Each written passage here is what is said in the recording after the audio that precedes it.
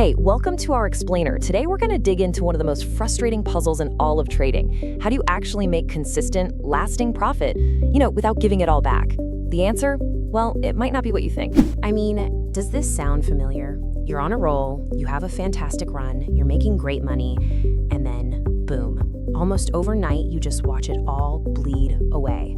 And you're left sitting there just wondering, what on earth went wrong? Well, what if I told you it's probably not your strategy that's broken? The techniques that made you all that money, they're likely just fine. The real issue, the thing that separates the winners from the losers, is the market you're applying those techniques to. See, the key is realizing you're not just trading in one single market.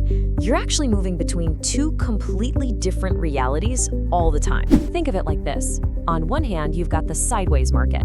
Imagine it's an empty room. There is literally no money on the floor to pick up. In this room, your chart formations fail, your setups don't work, and your only real goal is to survive. Then, you've got the pump market. This is a room just full of cash. Here, everything works, and the goal is to grab as much profit as you can. The biggest mistake you can make? Trying to find money in that empty room. And this is so important. In that empty room, that sideways market, the single best, most profitable move you can possibly make is to do absolutely nothing.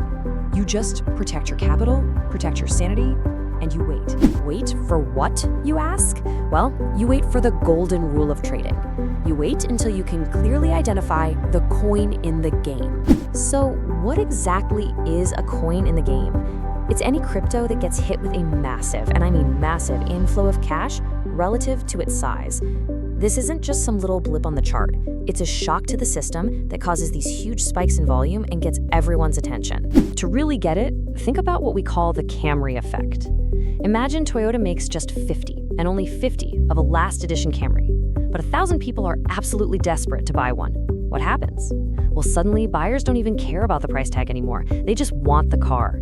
And the price just skyrockets as all that demand completely overwhelms the tiny supply. That is a coin in the game. Big money chasing a limited asset, price be damned. Okay, so this is where it gets super practical. How do you actually spot one of these opportunities before it's too late? Well, there are 4 really clear signals you need to be looking for.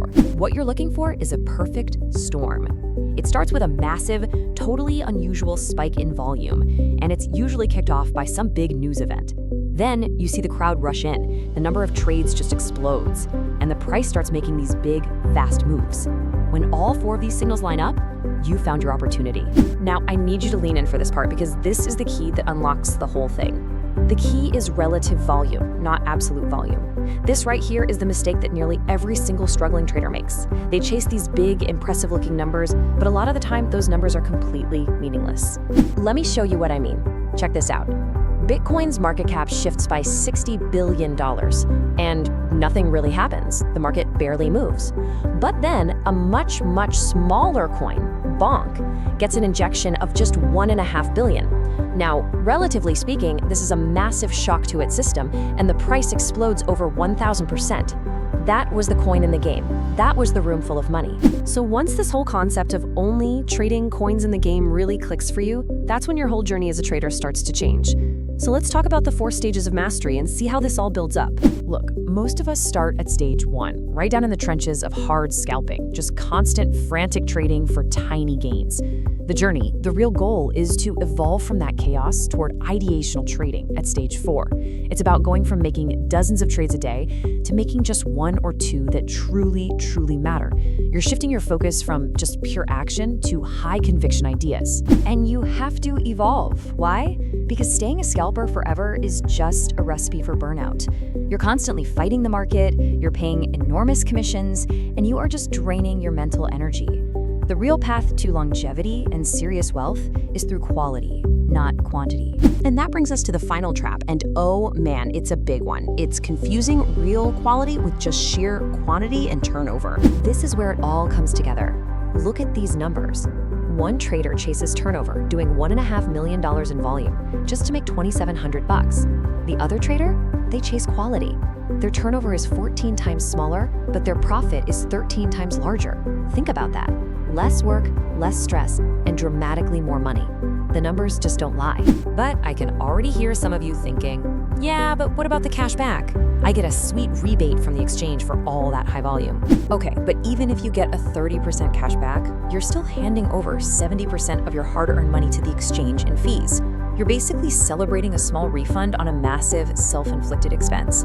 It is a losing game, and it's designed to keep you trading, not profiting. So what's the ultimate takeaway from all of this? It really comes down to this one simple, powerful idea. Stop hunting for perfect little chart patterns in an empty market. Instead, learn to find the money. Because when you find where the money is actually flowing, believe me, the opportunities will find you. So the real question is, are you looking in the right room?